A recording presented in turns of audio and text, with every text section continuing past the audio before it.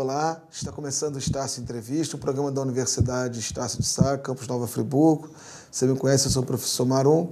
Esse programa é produzido pelos alunos de jornalismo aqui da Estácio e hoje temos um programa super especial. Vamos receber os nossos ex-alunos, hoje assessores de comunicação, gerentes de comunicação na CBF, já rodaram por Jornal Extra, TV Globo, Secretaria de Segurança, enfim, por esse mundo e vão conversar com a gente sobre esse jornalismo de hoje, sobre como é que está aí o mercado, a Copa do Mundo aí próxima, já que eles trabalham na CBF, enfim. Fernando Torres e Bruno Pacheco com a gente hoje. É daqui a pouquinho, depois da vinheta.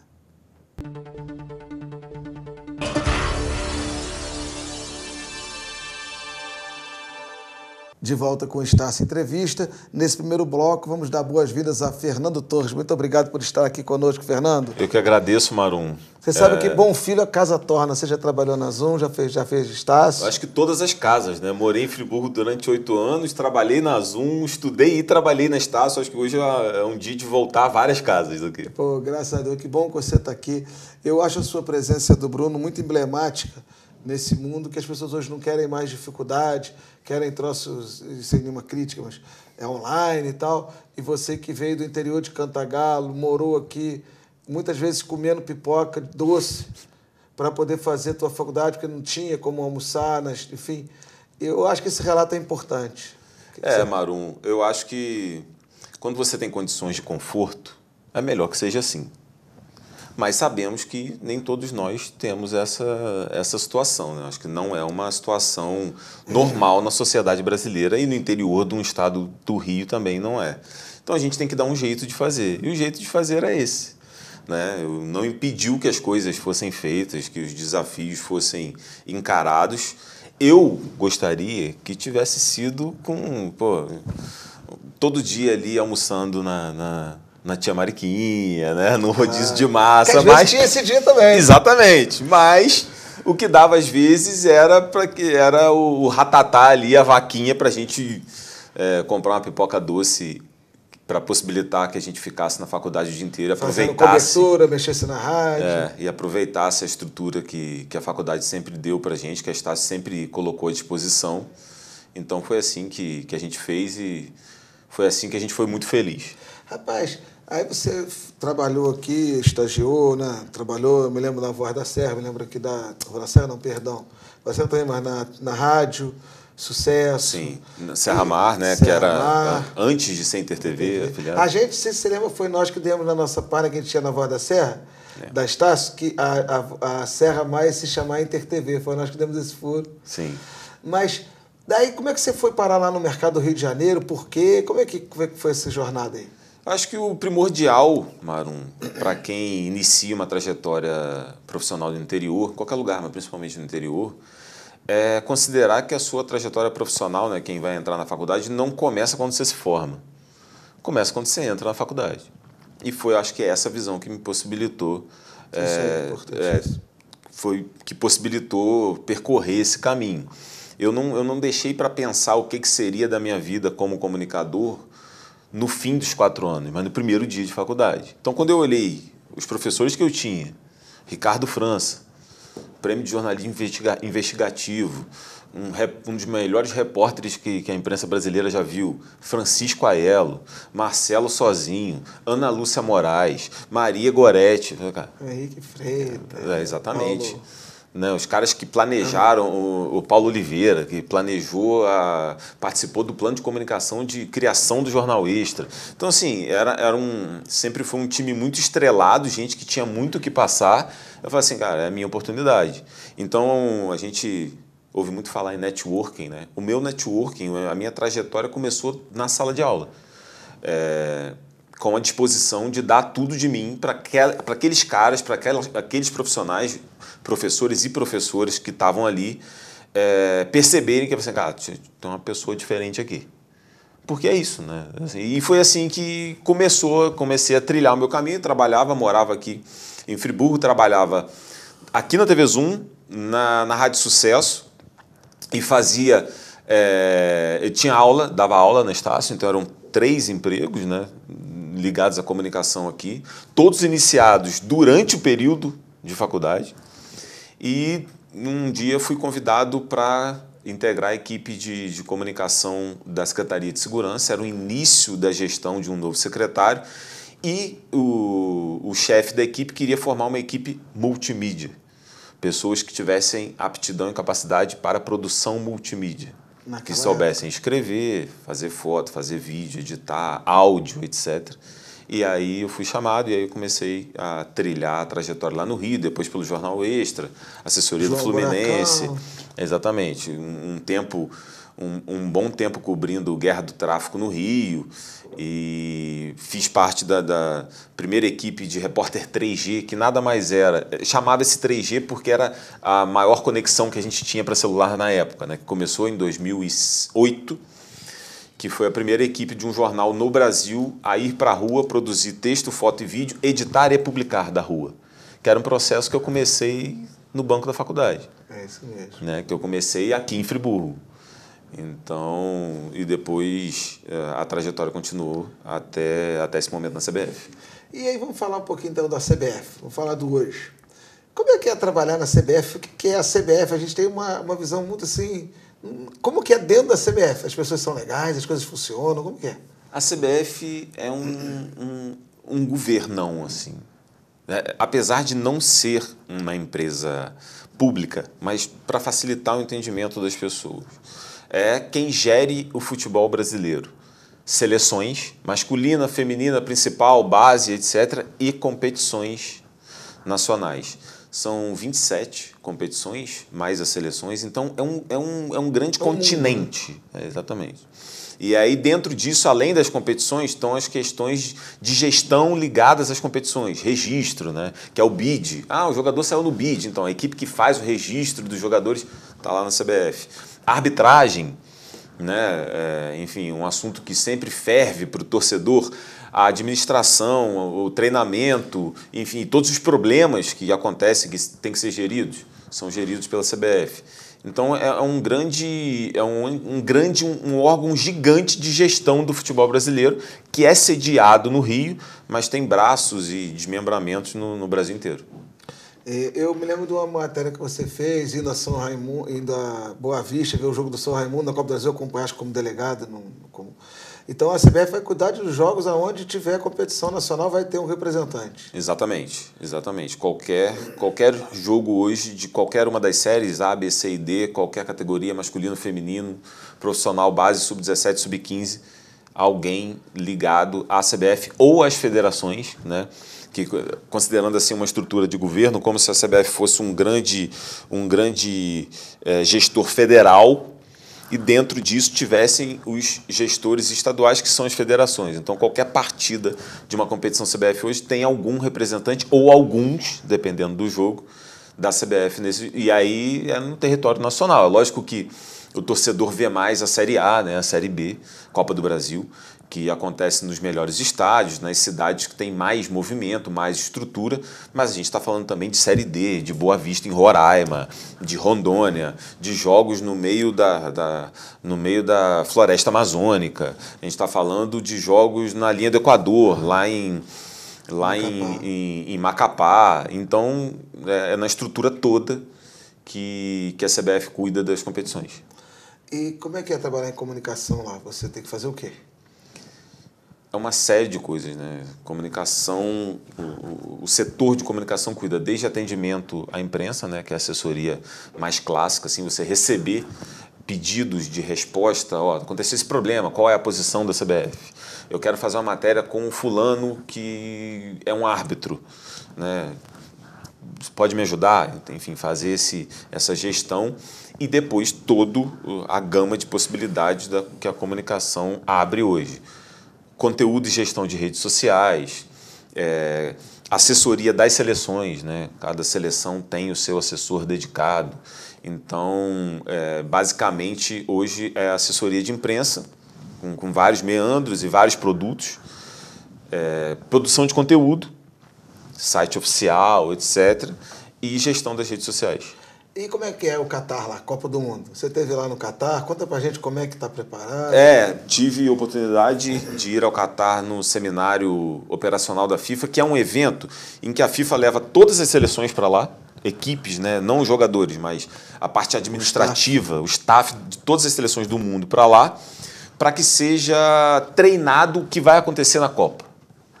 Então eu fui como representante de comunicação e vai ser uma Copa, acho que diferente de todas elas. Uma Copa, a FIFA tá fazendo muita questão de chamar de Copa compacta, porque ao contrário das Copas anteriores que eram continentais, né? A Rússia é um continente, o Brasil um continente, o Catar é muito pequeno e a maior distância entre um estádio e outro é de 70 quilômetros, mais ou menos como daqui a Cantagalo, a maior distância.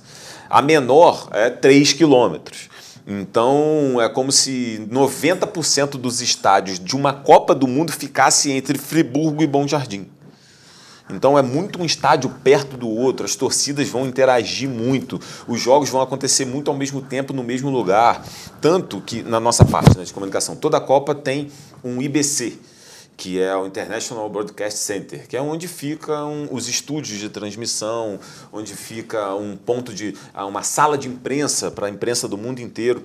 Nessa Copa, pela primeira vez, todas as entrevistas do dia anterior ao jogo, que a gente tem na Copa do Mundo, o dia anterior ao jogo é uma entrevista oficial, né, com o capitão e o treinador. Todas elas, de todos os jogos, vão acontecer no mesmo prédio. Então isso é tudo muito próximo. Exatamente, mostra como é uma Copa muito juntinha, porque isso normalmente acontece no estádio, que vai sediar o jogo, né, na véspera do jogo. Lá no Catar vai acontecer tudo no mesmo prédio. E mostrando como vai ser, acho que vai ser uma Copa, pela oportunidade, pela experiência que eu tive lá, uma Copa extremamente cara. O custo vai ser altíssimo para quem vai curtir a Copa como torcedor, alimentação, etc. O transporte vai ter um facilitador, porque em dias de jogo, quem tem o ingresso de jogos não paga o transporte, né? O transporte é gratuito para a movimentação, mas a alimentação, acho que não vai ser tão barato, a hospedagem, os custos também de passagens aéreas, mas quem conseguir estar no Catar durante a Copa, acho que vai curtir uma Copa muito futebol. Sabe? Vai assistir a muitos jogos. Acho que você está tudo próximo. Você consegue assistir a jogos de vários grupos, estando no mesmo lugar, sem precisar ficar se deslocando. Quem vai acompanhar o Brasil, por exemplo, pode ficar em Doha direitinho ali, ó, o estádio do Luseio, dois jogos na primeira fase, depois tem o 974, e aí o Brasil, sendo o primeiro do grupo, joga mais uma vez no Luseio, depois em outro estádio e volta para a final no Luseio. Então, assim, é muito no mesmo lugar. E você sente que as pessoas lá podem andar tranquila, madrugada, podem ficar? A questão de segurança é uma questão que nem se coloca. Né? É um outro parâmetro, né? Uma cultura muito diferente, é uma relação cidadão-governo, digamos, né? É muito diferente da nossa. Lá o emir e o filho comandam o país e fornecem moradia e alimentação e alguns serviços como ar-condicionado, gás, etc., para a população catária, né? O nativo do Catar.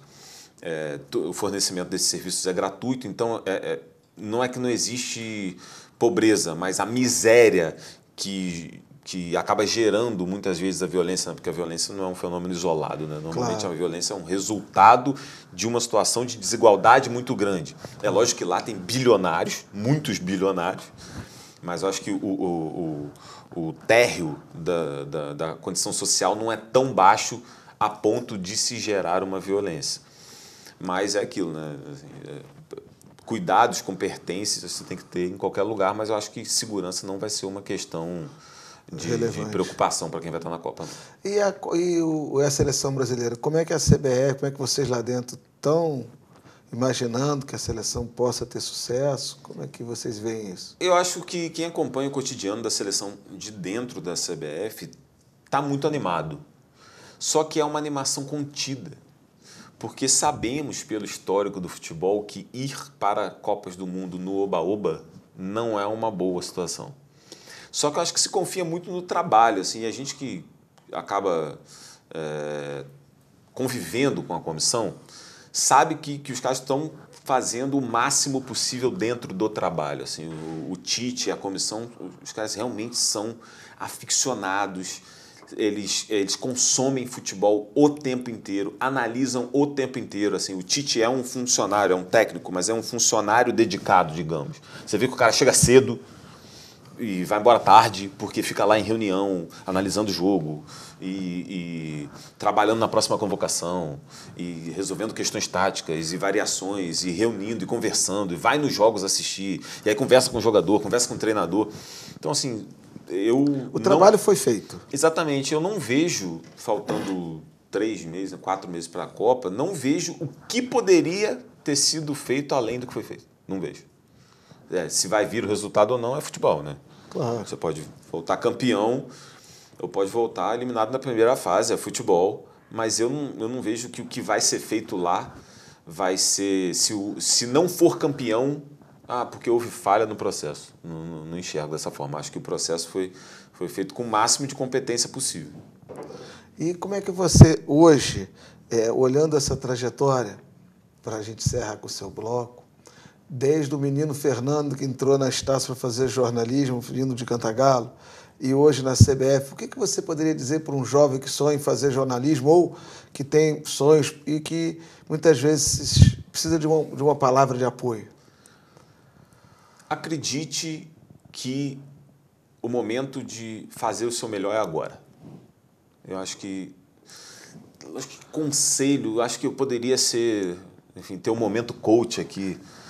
Pô, não pare nas dificuldades, supere aquilo que vier à sua frente, mas isso é chovendo molhado. Assim, o que eu falaria para um profissional de comunicação especificamente, para qualquer um, mas especificamente para a comunicação, assim, faça o melhor que você pode agora. Não importa se tem uma pessoa vendo, não importa se tem 2 pessoas ouvindo, não importa se você é a única pessoa que vai ler. Eu não deixei eu não esperei chegar ao Catar para dar o melhor de mim, ou chegar no Extra, ou chegar a produzir uma reportagem pro Fantástico para dar o melhor de mim. Eu dava o melhor de mim cobrindo o Campeonato Carioca pela Rádio Estação aqui no Friburguense, aqui do lado. Eu vinha para cá. A Rádio Estação é a Rádio da Estácio, exatamente, que só passa dentro do campo. Exatamente. Eu fazia a melhor programação musical pensando como as pessoas e ganhou ficariam... o prêmio Spocon, ganhou o prêmio universitário, inclusive. Exatamente, mas eu fazia a melhor programação musical pensando nas pessoas que estavam ouvindo, quando o meu público eram pessoas que eventualmente estivessem próximas das 13 caixinhas da rádio que ficavam espalhadas pelo campus. Então, eu acho que é isso. Dê o seu melhor agora. Não fique esperando a chance. Eu estou esperando aquela chance para eu dar o seu melhor. Porque se você não der o seu melhor, dificilmente essa chance vai vir. Né? E entre as 2 pessoas que estão lendo, entre as 5 pessoas que estão ouvindo, entre aquelas 4 que estão assistindo ao seu vídeo no YouTube que você está fazendo, pode estar a pessoa que vai abrir o caminho que você precisa. Pô, Fernando, muito obrigado por estar aqui conosco, muito obrigado por ter vindo aqui à TV Zoom hoje. E o Fernando hoje, né, nós estamos gravando no dia que ele e o Bruno estarão na Estácio para palestrar para os nossos alunos, e acho que vai ser incrível. Bom, vamos beber uma água, vamos ver o comercial, não sei se é o da Anitta hoje, para na volta a gente estar com o Bruno Pacheco. Obrigado, Fernando.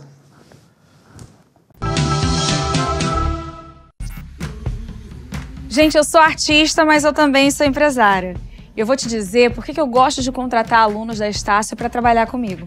Porque eu sou exigente e na minha equipe eu quero gente que nem eu, que não tem medo de desafio, que corre atrás e dá valor a uma boa formação. Tem administrador, publicitário, jornalista, uma galera que veio da Estácio preparada, nem preciso ficar dizendo o que fazer. Todos brilhantes. Vai, faz seu brilho, faz Estácio.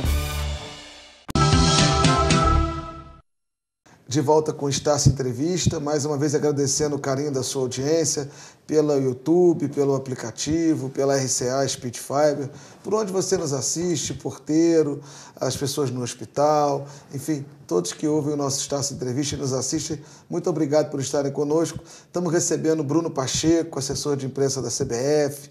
Bruno estava conversando, falou que veio no carro com o Fernando, contando as histórias da faculdade, prêmio Spocon que ele ganhou com a mídia impressa. Foi buscar lá em Brasília, né, Bruno? Bem-vindo ao Estácio Entrevista, Bruno. Obrigado, Marum. Uma honra estar aqui conversando com você. Muito obrigado. Te revendo. Estar aqui junto com o Fernando também, que é uma referência para a gente, né? Uma referência profissional. Sem dúvida.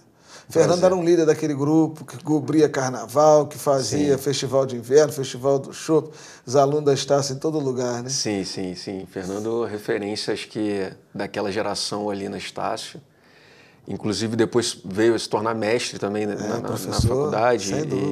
E lecionou e é uma referência pra gente. Ô, Bruno, o Fernando foi da primeira turma. Você foi de qual? Da segunda? Eu fui da terceira turma. Junto com o Panaro? Junto com o Panaro. Isso aí. Rodrigo Panaro, que trabalhou aqui na Zoom, não sei, acho que ainda está aqui na Zoom. Sim, sim. Era a terceira turma. Ainda era a turma da manhã. Ainda era o curso a turma da manhã, isso turma aí. Da manhã. E aí, cara, como é que foi esse caminho? Você foi trabalhar na Globo? Me conta esse babado aí. Globo é o que o pessoal fala, que é aquela coisa da Rede Globo, é muito mais glamour e é uma empresa normal como qualquer outra. Como é que foi? O que você fazia lá? Conta pra galera também, né? Sim, que não sabe. No meu caso, a TV Globo, assim, ela me forjou como um profissional, assim. Eu acho que foi a empresa que me ensinou muito, principalmente por ser o lugar onde eu pude ter acesso. Porque eu trabalhei na Globo, era em 2010 ainda, então já tem um tempo. Era um momento, e a Globo sempre foi vanguarda, né? E nessa área digital, ela já era muito vanguarda. Então, para mim, como um produtor de conteúdo, eu acho que eu aprendi muito na Globo nesse sentido. Bom esse trabalho. Foi ótimo o período que eu passei na Globo. Sou extremamente grato, assim, pude aprender muito, participar de projetos assim inovadores nessa área de digital. Era entretenimento? Entretenimento. Eu trabalhei no Big Brother. Quando eu entrei ainda não existia o portal G-Show. Eu participei até do processo de lançamento do que hoje legal. É conhecido como G-Show. Eu entrei para trabalhar em reality shows, assim, era um período até temporário, e aí eu fiquei. E aí depois eu fui contratado pela Globo, trabalhei em três edições de Big Brother. Comecei como é intenso mesmo, é muito intenso. É intenso, é uma correria, mas que profissionalmente é maravilhoso. Claro. Porque você tem aquela oportunidade ali de estar trabalhando factual num universo, né, reduzido, mas onde a história está acontecendo ali e é todo dia algo diferente que você tem que estar ali vendo e aprendendo a retratar aquilo para o espectador, né, para o internauta. Então foi uma experiência bem bacana assim, no Big Brother. E aí você foi para a CBF de lá? Como é que é? Não. Você desceu de Friburgo para a Globo direto? Não. Como é que conta essa história? Eu acho que eu pulei esse gap aí, né? Então, aqui em Friburgo eu fui trabalhar... Eu vou puxar um pouco do gancho do Fernando, claro, porque na faculdade, como o Fernando disse, que é aquele momento para a gente... Ali a gente já começa a montar a forjar o caráter profissional, né? A sua reputação profissional, é onde você... E ali na faculdade eu aprendi a abraçar as oportunidades. A gente vivia um momento de comunicação ainda, era um processo do offline para o online, então existia um mundo de oportunidades acontecendo. Então, assim, eu me agarrava às possibilidades. E assim que eu me formei, surgiu uma oportunidade no jornal A Voz da Serra, para trabalhar como diagramador e fazer a transição do jornal para o digital, né? Do papel para o digital. E aí abracei essa oportunidade, entrei na Voz da Serra como diagramador e aí trabalhava como diagramador quando tinha oportunidade de fazer alguma reportagem e tal, estava ali fazendo. E foi a partir desse período como diagramador na Voz da Serra que surgiu uma oportunidade no Rio para trabalhar numa editora como diagramador. E aí foi quando eu cheguei no mercado no Rio de Janeiro, trabalhei nessa editora, passei um período por lá, a editora fechou e aí eu fiz os processos lá na TV Globo. Aí foi quando eu passei num processo e entrei na Globo. Aí fiquei na Globo durante 5 anos. Aí eu saí da Globo para trabalhar numa campanha eleitoral, que eu queria ter uma experiência de assessoria de imprensa, que era algo que eu sempre quis. Assim. Uma assessoria mais pesada, assim. Exato, e aí surgiu essa oportunidade, aí eu, cara, não tô indo, vou. E aí fui trabalhar nessa campanha. E aí depois, alguns meses depois da campanha, veio o convite para trabalhar na CBF. E aí surgiu a vaga e aí eu fui para trabalhar na equipe do Fernando, inclusive. E como é que é na CBF? Na tua visão, o Fernando deu a dele. Na sua, é legal? É legal, Você aprende? Eu acho que assim, para uma pessoa que sempre foi apaixonada por futebol, que tentou ser jogador de futebol, então assim, eu acho que para mim a CBF é um lugar maravilhoso, assim, de se trabalhar, de se aprender, principalmente acho que de se aprender, assim. Eu queria ter essa experiência com assessoria de imprensa e a CBF para mim foi um ambiente onde eu pude colocar, ter essa experiência de uma forma muito plena, assim. E lá na CBF, a equipe é uma equipe unida, as coisas funcionam, é uma empresa realmente eficiente? Sim. Aquela visão estereotipada da mídia, da CBF, né, antiga Rua da Alfândega, os caras ficavam assim fazendo uma crítica meio que vazia. Sim. Eu acho que essa etapa do dirigente amador, essa coisa já acabou, né? Eu acho que já passou. Eu acho que também com uma pressão do futebol mundial, a CBF, ela, com o tempo, ela foi se tornando uma empresa realmente mais profissional e hoje ela tem uma gestão independente muito... Como o Fernando falou, é um grande governão, ela tem um sistema presidencial, mas ela tem a sua parte administrativa que é completamente profissional em todas as áreas. Inclusive na comunicação, ela veio evoluindo de uma forma muito grande nos últimos anos. Eu não sei se eu estou correto, não sei se você, Fernando, pensa assim, mas a CBF, eu acho que ela tem uma coisa diferente de qualquer outra empresa, que é o seguinte: o resultado que ela tem que entregar no sentido esportivo é público. Sim. Ou seja, ela tem lá, lógico, como qualquer empresa, resultados financeiros, mas assim, e quer se vencer. Sim. Ou seja, não é para a CBF, as pessoas não estão felizes se for quarta de final, se for vice-campeão da Copa América. Ou seja, é uma empresa onde a mentalidade vencedora acontece. Eu não sei se vocês têm essa percepção lá. É exatamente essa percepção. Porque às vezes a gente perde um pouco esse referencial, mas nós somos o melhor futebol do mundo. O Brasil ainda é. Ninguém tem mais Copas do Mundo do que o Brasil. A gente, a última Liga dos Campeões, a gente viu lá, os brasileiros em campo, o brasileiro decidindo. Então, assim, a gente é referência. Eu tenho a possibilidade de viajar com as seleções em vários lugares do mundo e onde você chega, o futebol brasileiro é reverenciado. As pessoas lotam os estádios, vão para a porta de hotel e tal, simplesmente porque a camisa amarela está ali. Então é uma responsabilidade imensa. E para a CBF é isso, cara. A gente tem a obrigação de ser protagonista sempre. Eu acho que por questões econômicas, isso é uma opinião minha, eu falo na jornada interativa onde comento futebol, inclusive, eu acho que se glamorizou muito o futebol fora do país, em algum momento. Não estou dizendo que ele é ruim, principalmente na Europa. Mas, o que você falou, o Brasil tem uma tradição, tem referência, tem conquistas, tem um campeonato que tem uma história. O Campeonato Brasileiro não é um campeonato que tem 10 anos. Sim, e a matéria-prima ela está aqui, né? Eu acho que... E tem jogador. E a gente tem jogador, e não tem outro lugar no planeta onde surge tantos jogadores com qualidade como o Brasil. Então, assim, e hoje a gente já está vivendo, a gente passou por aquele momento em que existia um certo atraso tático, existia muita essa discussão, né? A gente está atrasado. Eu acho que o Jorge Jesus nisso foi muito importante, porque ele fez as pessoas correrem também. Então, existia muito esse conceito de que a gente tinha um atraso tático, que eu acho que com o tempo, talvez nos últimos 2 ciclos de Copa do Mundo, a gente veio correndo atrás disso, e hoje a gente chegou num ponto de que, peraí, a gente se igualou taticamente, só que o diferencial é a gente que tem. O nosso campeonato é bom.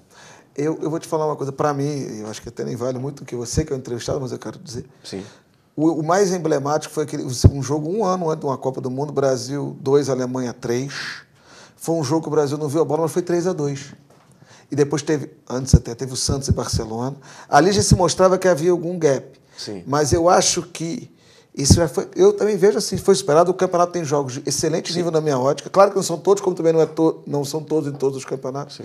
Mas eu acho que o Brasil tá. E acho que a CBF cumpre isso. Acho que a CBF tem feito um trabalho de profissionalizar. Eu acho que a CBF deve ter uma certa dificuldade, inclusive, de relacionamento com alguns clubes e federações que a estrutura não está tão profissional ainda. Não sei se vocês têm essa percepção também ou não. Eu acho que assim, a CBF, ela nos últimos anos, como a gente falou, assim, que ela veio se modernizando e se profissionando cada vez mais, ela criou mecanismos justamente para que federações, clubes, começassem a seguir uma linha para que todos pudessem estar num nível que a gente acredita que seja o ideal para o futebol. O aumento das premiações, inclusive na Copa do Brasil, também é uma parte desse processo. Sim, não é? E existe o que a gente chama de licenciamento de clube, que existe um setor que é até a área de registros, que cuida da área de licenciamento, que é o quê? Nada mais são do que regras para cada clubes da Série A, clubes da Série B, regras de como o gramado deve ser, como deve ser a iluminação, como deve ser a estrutura do clube, como deve ser a sua estrutura de base, e que são regras que ano a ano os clubes têm que cumprir e são fiscalizados. Claro. Então existem modelos, por exemplo, de entregas de balanço financeiro dos clubes. Então hoje todos os clubes têm que apresentar o seu balanço financeiro. Então assim, são processos que estão em andamento e que vieram acontecendo nos últimos anos e que ainda vem acontecendo para fazer com que todos cheguem no nível em que a gente deseja para o futebol brasileiro. Vou fazer uma pergunta que eu não sei se... Eu acho que a Série C hoje, ela é um campeonato que ainda pode ser mais rentável, ela já tem calendário, ela é um campeonato bastante interessante. Eu acho que a Série C pode chegar num nível, não de qualidade, mas Sim. da Série B em termos de audiência, principalmente nos estados onde elas acontecem. Você vê assim também? Sim, como é que vocês veem lá? O objetivo é esse, é tornar as 4 séries, tanto a Série C como a Série D também, produtos, porque, por exemplo, hoje na Série D a gente tem o Santa Cruz, por exemplo. Que botou 40 mil no Arruda. Exato. Então, assim, cada vez mais com essa competitividade, e a partir do momento em que os clubes passam a estar um sarrafo maior, vamos dizer assim, a cadeia toda tende a crescer. Então, naturalmente, a Série C, a Série D vão se tornando campeonatos cada vez mais disputados e cada vez mais difíceis. Por isso que a gente diz que, às vezes, um clube que cai da B para C, por exemplo, é muito difícil dele conseguir voltar para B no ano seguinte. Porque a C já é um nível muito, muito difícil, é muito competitivo, já se iguala muito. Então, assim, o que a gente observa é que a tendência é que a Série C, a Série D, em breve, elas também vão estar num nível de visibilidade de TV, de vendas de direitos, coisas que já vem acontecendo, né? Às Então, vezes não no Rio e São Paulo, assim, para o Sudeste, mas em outra região tem muita torcedores, mídia. É nichado, porque tem torcidas gigantes no Brasil inteiro, né? Agora me fala um pouco, você andou com a seleção olímpica, com a seleção feminina. Sim. Fala um pouco do futebol feminino, como é que é? Funciona? As seleções? Sim, eu acho que nos últimos anos a gente vem evoluindo no futebol feminino. Acho que a gente passou a olhar mais para o feminino, para um movimento que é meio não só da CBF, mas um movimento que é da sociedade. Então a gente tem muito a caminhar, mas a gente já vê uma mudança. Eu acho que o fato da gente ter hoje uma treinadora que é referência mundial na modalidade, então a gente vê os campeonatos de base acontecendo, a gente vê meninas surgindo o tempo inteiro para jogar, cada vez mais meninas querendo jogar, então naturalmente a gente vai chegar aí num nível para estar brigando ali com as grandes seleções femininas muito em breve. E o Brasil vai ser mais uma vez referência, campeão mundial? Com certeza, não tenho dúvida disso. Acho que a gente está caminhando para um futebol feminino muito forte, porque é aquilo, o talento a gente tem, o talento está aqui. Que legal. O Bruno, se critica muito a arbitragem no Brasil. Sim. Como é que a CBF cuida, faz curso? Como é que funciona a estrutura de arbitragem? Hoje mesmo, antes de vir para cá, eu estava numa concentração dos árbitros para os Jogos da Copa do Brasil. Então eles estavam lá, a gente participou de uma reunião com eles, de um treinamento no campo. Então, assim, a arbitragem brasileira é uma arbitragem boa. Eu acho que o VAR veio também para ajudar muito. Só que, como o nosso próprio presidente da comissão fala, eu acho que o VAR ainda é um adolescente, né? Eu acho que é um adolescente, eu acho que tá se melhorando cada vez mais, muita coisa a aprender, não só aqui, mas no mundo. Nas ligas onde são referências, ainda estão se pensando o que pode ser ajustado para se tornar o VAR ainda mais eficiente, mas eu acho que já melhorou muito. Eu acho que hoje existe muita polêmica, porque acaba que antes do VAR a gente tinha uma rodada, sei lá, com 10 jogos, a gente às vezes tinha polêmica em 5 jogos. Hoje a gente tem polêmica em 1. E se não tiver essa polêmica, talvez a imprensa e tal não tenha o que falar. Claro. Mas em números, se você for avaliar realmente em números, cara, a arbitragem melhorou muito. E a transparência, muito, a transparência. Não é mais o peso da camisa. Está impedido, não importa se o cara... É óbvio. Eu acho que melhorou muito. E todo mundo tem essa consciência. Eu acho que fica muito no lado do torcedor essa coisa de que, essa sensação de que, não tá legal. Mas dentro, quem está acompanhando o dia a dia sabe que tá andando e tá indo tudo bem. Bruno, a garotada que está muito exposta a campeonatos europeus. Sim. Ela acompanha a seleção ainda? Como é que vocês têm estudos sobre o interesse da seleção com os jovens? Como é que está isso? Eu trabalho diretamente com as seleções de base e a seleção olímpica. Então, nos últimos 4 anos, eu lido muito com a garotada que joga futebol, não só os torcedores, mas com a garotada que está fazendo futebol. E o que eu percebo a partir de quem está jogando futebol e que chega à seleção brasileira, já muito jovem, primeiro, uma vontade de estar na seleção brasileira absurda, assim. E não é só uma vontade que muitas vezes as pessoas, mas ele está lá porque é bom, porque dá visibilidade, porque ele vai ser negociado. Não, o que eu percebo são garotos que têm uma identidade com a seleção brasileira. Isso é muito bom. Que querem jogar na seleção brasileira, que têm os ídolos já como referência na seleção de cima e que querem construir um roteiro dentro da seleção brasileira. Se a gente for ver, por exemplo, a seleção hoje do Tite, a seleção do Tite hoje, as últimas 2 convocações, ele está levando 9 jogadores que vieram do processo olímpico. Então, de jogadores que conseguiram espaço na seleção principal a partir do que eles vieram construindo ali na base. E lutando para realmente estar ali, não só, peguei uma convocação, vou tirar uma foto aqui com a camisa da seleção e está lindo. Não, eu quero estar na seleção e eu quero seguir na seleção brasileira. E eu acho que em relação ao torcedor, a gente, principalmente ano de Copa, é até difícil dizer, porque ano de Copa, cara, aflora tudo, né? Todo mundo... É o ápice para a CBF, né? Exato, mas eu acho que o brasileiro, ele tem uma relação com o futebol assim, tão umbilical, assim, que o futebol faz parte, não tem jeito, ele está o tempo inteiro e, no fundo, as pessoas são apaixonadas pela seleção brasileira. Elas se sentem representadas pelo futebol brasileiro, que é parte da nossa cultura, né, cara? Eu acho que a gente... O brasileiro foi ele se constrói sabendo que no futebol ele é a referência. O rei do futebol é brasileiro. Enfim, a percepção, eu acho que a gente tem que trabalhar muito essa proximidade com o torcedor. Eu acho que a gente tem muito a avançar nesse sentido, mas percebo que a gente vê que as pessoas estão, sim, ligadas à seleção brasileira de certa forma. Que legal. Bruno, assim como eu fiz com o Fernando, olhando lá para a sua câmera, o que você pode dizer para o jovem? Que mensagem pode deixar hoje para a juventude que, como você, sentou num banco da Estácio e hoje está na CBF? Cara, eu acho que o Fernando resumiu bem, que você encarar já a universidade, o primeiro dia da universidade, como se fosse a sua grande oportunidade profissional. Mas eu diria que nas Olimpíadas do ano passado no Japão, eu tive a oportunidade de estar com o Zé Roberto Guimarães, treinador do vôlei, e ele me falou uma coisa que eu guardei, eu achei muito interessante, que eu acho que eu levo para a minha vida, que não existe sorte, existe o encontro da oportunidade com a preparação. Eu acho que essa é a sorte. Então, o conselho que eu posso dar é que as pessoas estejam preparadas sempre.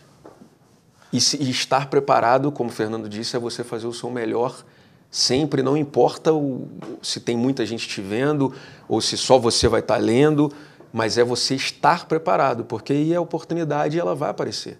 Se você estiver preparado, a oportunidade vai chegar, vai aparecer para você, vai bater na tua porta. E aí não tem sorte, amigo, tem preparação. Então, para você de casa, obrigado pelo carinho. Bruno, obrigado, cara. Eu que agradeço, mano. Que honra. Gente, eu estou muito honrado desse programa. E dizer o seguinte, você de casa, a Estácio está aberta para você ter a oportunidade de ter um grupo de professores que podem te ajudar a fazer esse melhor. Um forte abraço a todos e até o próximo Estácio Entrevista. Obrigado, pessoal da Zoom. Valeu.